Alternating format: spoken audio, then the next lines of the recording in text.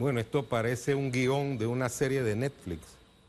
Lamentablemente es inconcebible que ocurran cosas como esa en la dimensión, porque podemos decir, bueno, se perdió un papel, se perdió un libro, como tú dices, se perdió una pluma, pero unas vigas de ese tamaño y que haya versiones diversas, es decir, que no haya una precisión de la utilización de esas vigas o para qué iban a servir, eso verdaderamente es preocupante y nos lleva a la convicción de que había una administración errática por lo menos.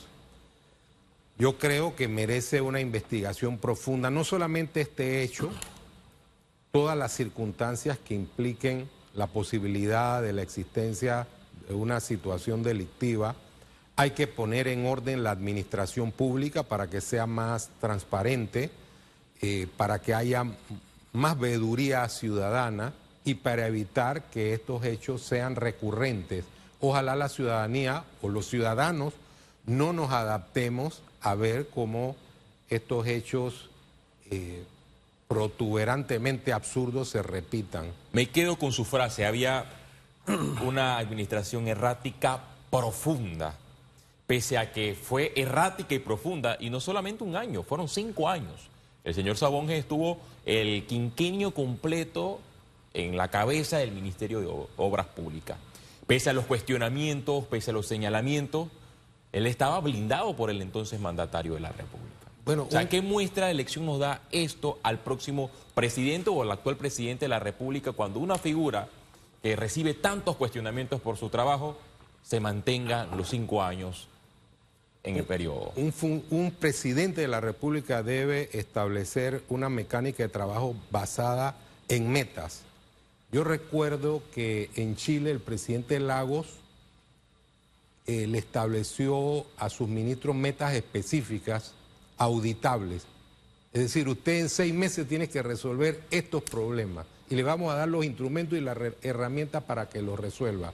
Si a los 6 meses no es eficiente ni eficaz, entonces usted no va a poder mantenerse en el puesto como ministro. En algunos casos el presidente evaluaba y decía, se ha hecho un avance tremendo porque se contrasta la meta con la realidad. Dice, bueno, ha habido un avance, el ministro se queda porque se ve una gestión que el ciudadano la está auscultando. Si el ministro o el funcionario que fuere simplemente actúa por una delegación eminentemente política, es decir, está en un puesto por razones políticas y nada más, no porque va a realizar una gestión para resolver problemas a la comunidad, hay un colapso de la administración, sufre el Estado de Derecho, sufre la democracia y sufre la ciudadanía. Yo creo que lo más importante es eso, que sufre la gente, y a veces es lo que se pierde de vista en el ejercicio del poder. Están los acuerdos políticos, este es mi protegido, no se puede tocar, qué sé yo. Y lo importante es que la gente necesita respuestas.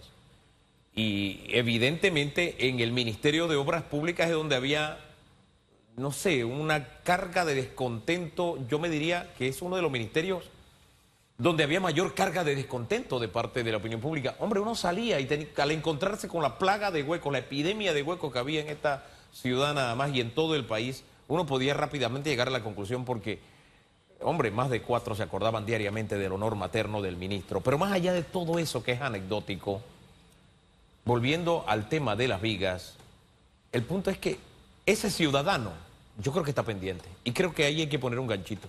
Muchas de las vigas han aparecido porque han levantado el teléfono y dicen, oye, aquí en el patio del frente hay unas vigas. Yo no sé si son esas, pero vengan a ver por si acaso. El ciudadano está pendiente. Esa parte es importante. Yo creo que es importante, por decirlo así, normalizar esa veeduría ciudadana a través de mecanismos institucionales, de tal forma que todos nos comprometamos a cuidar los bienes del Estado, porque son bienes de la sociedad, que nos comprometamos a inquirir a los gobernantes sobre la gestión que realizan. Y nosotros tenemos que tener un manual de gestión que implique que haya austeridad permanente, es decir, que presupuestos y los dineros se inviertan de forma adecuada y prudente y que los funcionarios que ocupan los puestos tengan las calificaciones y las capacidades para rendir su puesto con eficacia. Ese es un problema fundamental para fortalecer la institucionalidad del país. Eficacia porque en el sector privado a los gerentes se les asignan funciones enormes y el que no cumple con el objetivo en el transcurso de los meses, lastimosamente, no se le puede dar continuidad porque es un negocio, sucede en la empresa privada. En lo público también, como usted lo ha mencionado, se debe medir porque las afectaciones la van a recibir miles de personas, millones de personas que son los panameños. Y no solo en el quinquenio pasado con el ministro de Obras Públicas, el quinquenio también anterior. Tuvimos un ministro que andaba en avión y en helicóptero y desconocía lo que pasaba solamente en la vía interamericana que estaba repleta de hueco en su momento por una desconexión del Ejecutivo hacia el ciudadano. Ahora bien, haciendo una pausa con este escándalo de las vigas que están siendo investigados por las autoridades del Ministerio Público, ahora el ciudadano está pendiente de todo, como debe ser, y el centro de la opinión está en los resultados que ojalá sea muy fructífero en el tema del diálogo de la Caja de Seguro Social. 2 mesas van a rescatar el tema de las prestaciones médicas y el sistema de pensiones. Ya el sector privado ha presentado sus propuestas. ¿Cuáles son las aspiraciones de usted como expresidente de CONEP? No hay una aspiración básica que conecta con la condición de ciudadanos. La aspiración es que este tema se maneje de forma racional. No podemos acudir a una mesa de diálogo con el cuchillo entre los dientes, con las descalificaciones por delante y con una actitud de imposición. Eso lo entiende con claridad el sector privado. Tenemos una propuesta, pero tenemos la capacidad para escuchar y para arribar a los consensos que sean necesarios para lograr los objetivos de salvar a la Caja del Seguro Social en todas sus dimensiones. En primer lugar, una administración mucho más eficiente con prestaciones médicas que pongan en el centro de todas las cosas al ser humano y además una estructura administrativa de gestión que haga que la modernidad le llegue a la Caja del Seguro Social. No puede ser que hoy haya procesos, por ejemplo, que se manejen de forma manual. No puede ser que hoy haya personas que lleguen a una cita y la cita se pierde y al final le dicen con tranquilidad que debe regresar el próximo año, sin saber si su condición de salud le va a permitir llegar a esa fecha que le están fijando. Y el otro tema es el sistema del programa de invalidez, vejez y muerte. Aspiramos a que se hagan planteamientos reales, básicos, tomando en cuenta todas las variables. Fíjense lo siguiente, aquí se ha planteado de que no se quieren paramétricas y que no se va a discutir nada en relación con las paramétricas o aumento del nivel de la cotización. Y nosotros decimos, vamos a evaluar eso sobre la base de una variable que es esencial, es decir, el aumento de la expectativa de vida del ser humano. Esa es una variable que la manejan en China, que la manejan en Cuba, que la manejan en Argentina y en todos los países. El segundo elemento que me gustaría desmistificar, se dice, no, la solución de los problemas es buscar a los ladrones, a los que saquearon la Caja del Seguro Social. Y decimos, sí, todo aquel que comete un delito hay que buscarlo y debe estar a disposición de las autoridades y debe cumplir de ser encontrado culpable con las condenas que correspondan. Pero paralelamente usted hace un muestreo aritmético, aritmética pura, y dice, bueno, señalan que se deben 300 millones a la Caja. Hay informes que dicen que son 150, que no son 300, pongamos los 300. Dice que hay una evasión fiscal de 7.000 millones de dólares. Pongamos que son los 7.000, aunque algunos hablan de 4.000 millones.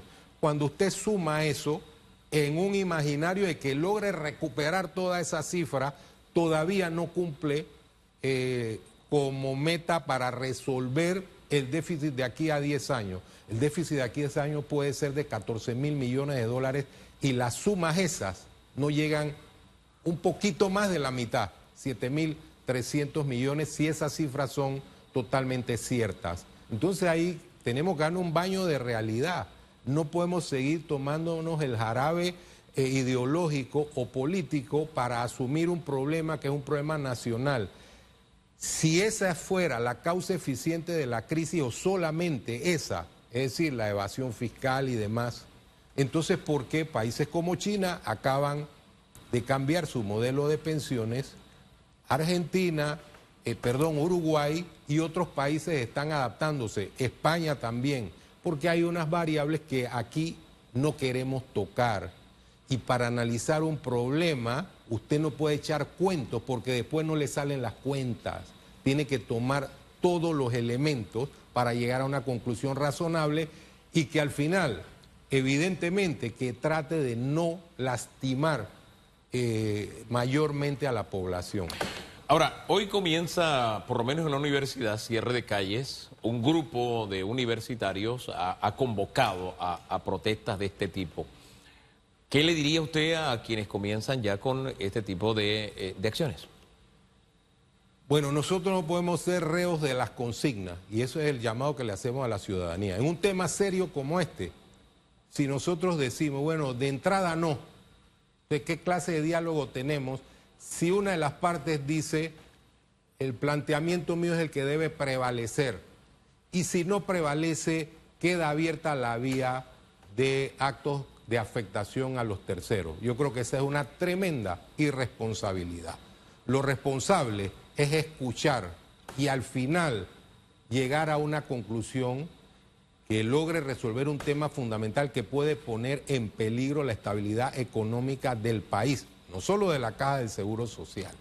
Si somos irresponsables y ese diálogo lo enfrentamos con el objetivo de que no se llegue a nada, sobre pretexto de que por razones políticas o ideológicas queremos que imperen nuestros planteamientos, simplemente no le estamos haciendo un favor a la sociedad, no le estamos haciendo un favor a los asegurados, ni mucho menos al país. ¿Este país aguanta un nuevo escenario o nuevamente un escenario como el que tuvimos de bloqueo y paralización? No, sencillamente no. O sea, uno de los temas para afrontar la situación de la Caja de Seguro Social es elevar la productividad, elevar la eficiencia del país y generar mayor confianza para atraer capitales. Recuerden que nosotros afrontamos una situación grave de informalidad y nosotros tenemos que lograr que más empresas lleguen al país, que se genere más oportunidades para los emprendedores, que logren formalizarse de forma más rápida con el objetivo de fortalecer a la Caja del Seguro Social y tener una matriz económica mucho más poderosa. Desde ya una de las consignas de los grupos que se oponen a las reformas de la Caja de Seguro Social, pese a que todavía no están escritas, el documento apenas es un bebé en el cual se están considerando las propuestas, que van alrededor de 4, 5, 6 propuestas presentadas, no ha sido consensuado en su totalidad, pero desde ya los que están en contra de las reformas y los que están saliendo a las calles a manifestarse en contra de este diálogo, mencionan volver al sistema solidario. ¿Qué significaría volver a estas alturas al sistema solidario para la Caja de Seguro Social? Bueno, vamos a poner un ejemplo en nuestro vecindario latinoamericano. Ocurrió en Argentina en el 2008. ¿Ha mejorado la situación de la seguridad social? Integraron nuevamente los dos sistemas en el 2008. ¿Es verdaderamente solidario el sistema de reparto? El sistema mixto, el que se le aplicó a las personas que creo que en el 2005 tenían 35 años, el sistema tiene un ahorro quizás de 9, 10 mil millones de dólares. Ahorro en esas cuentas, que es un sistema mixto, no es totalmente de cuentas individuales. Entonces, ¿qué hacemos? Ese sistema lo llevamos a integrar el llamado sistema de reparto. Y decimos, con eso solucionamos el problema. No es cierto, el problema lo que hacemos con él es derivar sus consecuencias nefastas un poquito más adelante, como siempre se ha hecho. Entonces un tema es la financiación. Y dice, bueno, esos 9, 10 mil millones de dólares no soportan el déficit que vamos a tener a 10 años, que es de 14 mil millones de dólares. Y va en ascenso. Entonces esa no es una solución. Entonces vamos a ver la financiación. Decimos, bueno, ¿cómo lo financiamos? El Estado que ponga más dinero. El Estado somos todos. Dice que ponga más dinero, que no haya más impuestos. Panamá tiene dos formas, o aumento de impuestos o préstamo. No podemos seguir con esa deriva de préstamo. Tenemos que ser racionales y tomar decisiones que sean lógicas. Otra medida que se ha utilizado en Noruega es un fondo global que los trabajadores invierten y ese fondo que proviene del petróleo y con el fondo se invierte a nivel global. Esa es Noruega. Fíjense que esa posibilidad de utilizar nuestros recursos como una especie de backup para generar una estructura de sostenibilidad financiera, ya sabemos que, por ejemplo, con la mina ya no se puede por las circunstancias de todos conocidas. Pero es una vía que usa, por ejemplo, Noruega. Se puede investigar, que es uno de los sistemas más estables que hay. Si la posición es simplemente unifiquen los sistemas y que el Estado ponga más dinero, va a pasar lo siguiente. En 10 años vamos a tener un problema mucho mayor que el que tenemos hoy y además el dinero que va a tener que poner el Estado todos los años va a ser tan grande que vamos a sustraerlo de la educación, vamos a sustraerlo de la salud, vamos a sustraerlo de otras áreas que son importantes para el desarrollo productivo del país. Y va a haber una afectación social mucho más profunda.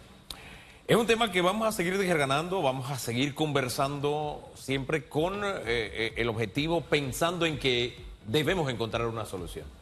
Es algo como básico, elemental y sencillo el punto de partida de los análisis que mañana le presentamos, porque al final es sincerarnos en las cifras. Yo quisiera ir de vacaciones, qué sé yo, a Francia, pero de pronto me da para ir a San Miguelito. Bueno, tendré que ir a San Miguelito nada más. Y cuando hablamos de temas de dinero, a Chiriquí, es así. Bueno, fíjese, le voy a poner un ejemplo. Resulta que es más barato ir a Cartagena que ir a Chiriquí o a Boca del Toro. Bueno, entonces voy para Cartagena. Pero depende de la... Al final estamos hablando de dinero y teniendo plena conciencia de que cuando hablamos del Estado y que el Estado tiene que ser solidario, esa plata tiene que salir de algún lado. Y esa plata que sale de algún lado, sale de su bolsillo, sale del mío, y tenemos que ver cómo hacemos el uso más racional posible de lo que tenemos. Mi abuela usaba una frase muy sencilla. Uno se arropa hasta donde la manta da. Entonces, ese criterio es universal. Gracias, don Rubén, por acompañarnos esta mañana. Seguimos ilustrando al país sobre este tema. Vamos a la pausa.